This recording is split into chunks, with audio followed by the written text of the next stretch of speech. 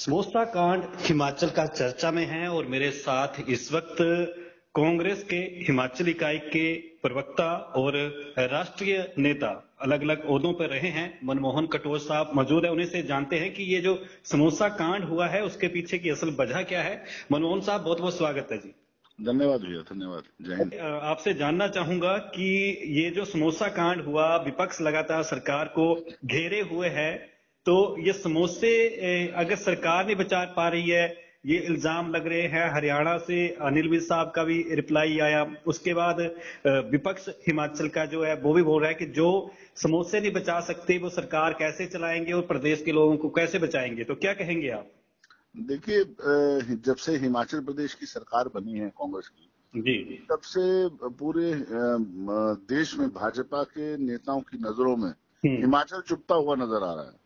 और यहाँ तक अच्छी राजनीति की बात है, भाजपा के नेता स्तर विहीन राजनीति करने में कहीं भी बाज नहीं आ रहे जी। पहली दफा ऐसा हुआ कि चुनी हुई सरकार को गिराने की कोशिश की गई। लोटस जो इन्होंने अभियान जिसके तहत विधायकों को तोड़ने की कोशिश की गई, और उसके बाद अब छोटी छोटी बातों को लेके ये राजनीति करने से बाज नहीं आ रहे। और भाजपा ने हमेशा ही झूठ का सहारा लेते हुए राजनीति पूरे देश में की है। और हिमाचल प्रदेश के संदर्भ में मैं कहना चाहूंगा कि माननीय मुख्यमंत्री तो समोसा खाते ही नहीं है, वो खुद भी कह चुके हैं। और यहाँ तक समोसों की बात है, समोसों को लेके राजनीति करना, कितने बड़े दिमाग होंगे भाजपा के नेताओं के कि समोसों को लेके राजनीति कर रहे हैं। और इनको चुभता है कि कांग्रेस की सरकार बनने के बाद जो ओपीएस और अधिकारियों और हिमाचल के जो एम्प्लॉय वर्ग है, जो यहाँ के हमारे नौकरशाही है, उनको जो ओपीएस की बड़ी सौगात दी गई वो कहीं ना कहीं इनको चुभती है। और इनको लगता है कि कहीं हिमाचल प्रदेश जो है वो कांग्रेस की तरफ सदा के लिए न झुक जाए। आपने मनमोहन साहब, आपने कहा चुभती है भाजपा नेताओं को बात, तो इनको क्या वजह है कि अब विधायक हैं श्री नैना देवी की विधानसभा क्षेत्र से रणधीर शर्मा, उनका बयान आया है कि सारा प्रदेश एक तरफ और पत्नी का विधानसभा क्षेत्र एक तरफ। सीएम साहब को लेके उन्होंने ये बात कही है कि मुख्यमंत्री के पत्नी मोह से परेशान होकर अपने ही सीएम से अब कांग्रेस के वरिष्ठ नेता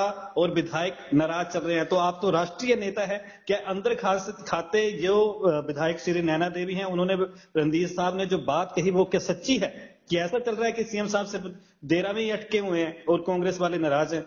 देखिए सुनील भाई, पहली बात तो मैं कांग्रेस का कार्यकर्ता हूं और मैं ये कहना चाहूंगा कि जो इन्होंने कहा रणधीर शर्मा जी ने, क्या इनको देहरा हिमाचल का हिस्सा नजर नहीं आता है? क्या देहरा में कोई प्रगति का कार्य नहीं होना चाहिए?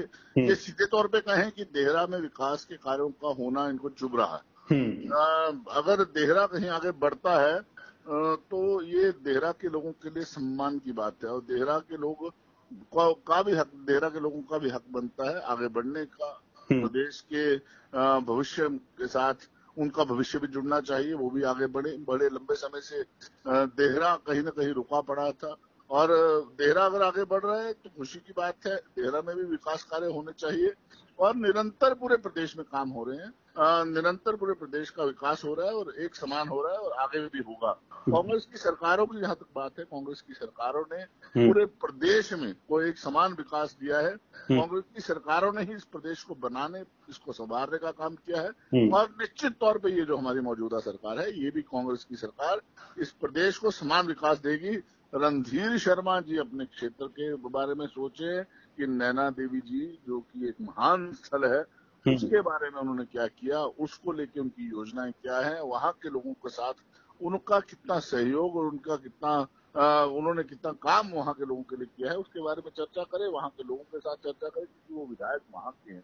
पूरे प्रदेश के बारे में झूठा भ्रम फैलाने के जो इनके नेताओं को आदत है, समान आदत रणधीर शर्मा जी की है और इनके नेताओं की। जी, अच्छा, आपने बात कही सम्मान विकास की, क्षेत्र में रणधीर साहब को सलाह दी कि अपने हल्के के विकास के बारे में सोचें, लेकिन अब भाजपा अध्यक्ष हैं, उनका जो बयान है वो कहते हैं कि सुक्खू सरकार ने झूठ बोलने के सारे रिकॉर्ड तोड़ दिए हैं, अभी तक 1500 रुपए नहीं दिए।